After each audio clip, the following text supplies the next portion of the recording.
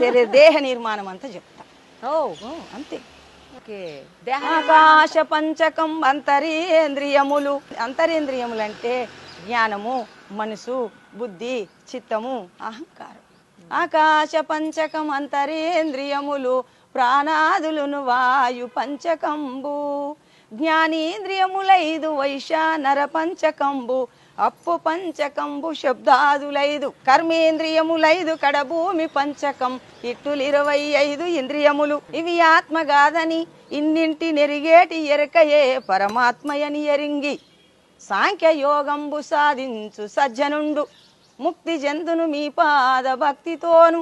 రమ్య గుణధామ భద్రాద్రి రామ పరశురామ నరసింహ దాస సంరక్షితాహ్వా. అసలు 2 చేతులు ఎత్తి నమస్కారం పెట్టాలమ్మా మీకు. మీ లోపలున్న ఆయన గాయనే, నా లోపలున్న ఆయన గాయనే.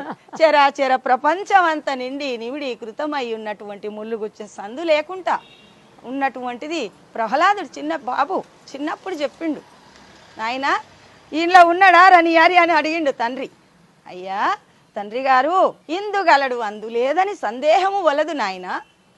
సర్వోపగతుండు చక్రి ఎందెందు వెతికినా అందందే గలడు తండ్రి అని చెప్పి ఆ మహావాక్యం ఆనాడే ఇచ్చిండు.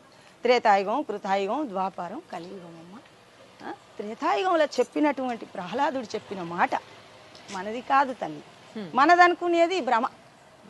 నాది నాది నాది అనుకుంటా నీవు వీల్చుకునే గాలే నీది కాదు, నీవు నడిచే భూమే నీది కాదు, నీ శబ్దమే నీది కాదు, నీ స్పర్శనే నీది కాదు, నీ రూపమే నీది కాదు. నీ యొక్క లాలాజలం మింగకుంటే బతుకుతామా? ఒక్క క్షణం మింగకుంటే శవమైతుంది, ఊపిరాడకుంటే శవమైతుంది. శ్వాస తీసుకోకుంటే నీ లాలాజలం జలభూతము నీదా తల్లి, నాదా, ప్రపంచందా? ఎవ్వరిది కాదు.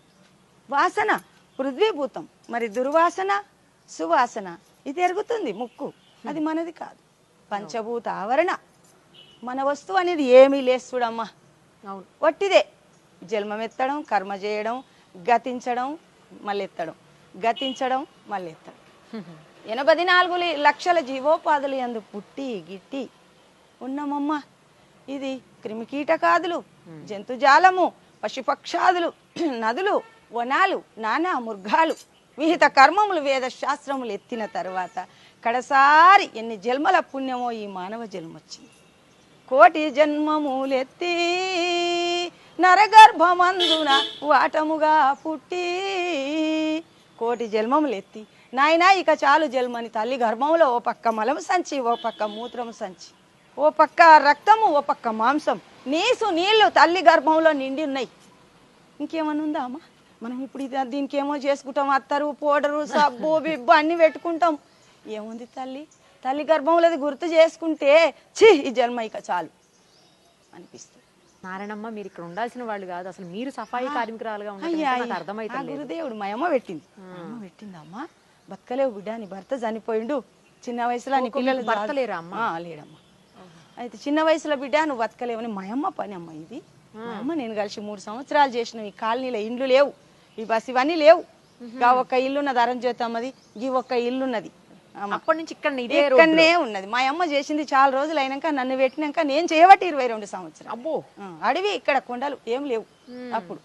అప్పటి నుంచి అసలు మీరు ఇది కాదు అదే అంటున్నా, మీరు ఇది చెయ్యాలి. ఇది ఉంది బాకీ తీరితే ఉండబోదు, ఇది తీరితే ఉండదు. కర్మ రాకపోకటే కాని భయమేమీ లేదు. భజించవే శివుని మనసా, ఎంత పాపకారివే నీవు గడుసా, భజించవే శివుని మనసా. నీకే పెడతానమ్మా. మీ దగ్గర ఎంత జ్ఞాన సంపత్తి ఉందమ్మా, దానికి చదువుకోవాల్సిన చదువుకుంటే ఎవరో పుణ్యాత్ములు అది దోసుకునే వాళ్ళు అంటున్నారు. నేను లేదమ్మా చదువు అసలేదులేదమ్మా. నేను ఏలుముద్ర వేస్తుంటే ఈ పనికాడికి వచ్చినాక ఊకే ఉసుకెలా రాసిన, అది కూడా కరెక్ట్ గా రాదు. ఇప్పుడు వణుకుతా ఉసుకులో రాసిన. మరి ఇంకేం సంతకం ఎట్లా పెడతావు మళ్ళా? అదే నేర్చుకోవాలంటే చాలా కష్టపడ్డామ్మా. సంతకం అది కూడా కరెక్ట్ గా రాదు, పిచ్చి పిచ్చిగా వస్తుంది. ఇంత నాలెడ్జ్ ఉంది, ఇంత జ్ఞానం అమ్మా. గురుడు లాభించేనమ్మా, గురి తెలిపేటి ప్రభుడు లాభించేనమ్మా. గురుడు లాభించేను శరణన్న వారిని, కరుణించునెవరైనా హరమారెంచని తండ్రి. గురుడు లాభించేనమ్మ గురి తెలిపేటి ప్రభుడు లాభించేనమ్మ పాద తీర్థం బిచ్చియు ప్రసాదమును పరిపూర్ణ దయలుంచియు పాలమందున బ్రహ్మ వ్రాలు తూడసి వేసి పరమా మంత్రంబును త్వరగా బోధించేను మరసిపోయిన స్వస్వరూపము మరల నామది కెరుక చేసియు శరణనిన కరుణించమురియుచు గురుడు లాభించేనమ్మ గురి తెలిపేటి ప్రభుడు లాభించేనమ్మా. మీకు రాయటం రాదన్నారు, రాదు. చదవటం అన్న వస్తుందా అమ్మా? చదువుడు ఎక్కడదమ్మా? అది లేదు, చదవటం కూడా రాదు, లేదు. రాయటం రాదు. రాదు. ఇంత పెద్ద పెద్ద పదాలని అసలు ఎక్కడ చిన్న తప్పు కూడా ఇవే లేకుండా- చిన్న చిన్నయేనమ్మా, ఇంకా పెద్దవి ఉన్నాయి. అమ్మ బాబోయ్, ఇంకా పెద్ద అంటే చదువు రాని వాళ్ళకి రాయటం రాని వాళ్ళకి ఇవి పెద్ద పదాలు కదమ్మా. ఇక పెద్దవి అంటే అమ్మ చదువుకున్న వాళ్ళకి ఏముంటదంటే ఓహో ఫలాని పుస్తకం చదివితే గది అది మనం చదవచ్చు చెప్పొచ్చు అని అటువంటి భీకరమైన ధీమా వాళ్ళకి. మాకేమో గురువు గారి దగ్గరికి పోతేనే బోధ, Great లేకుంటే అసలు. బాధ.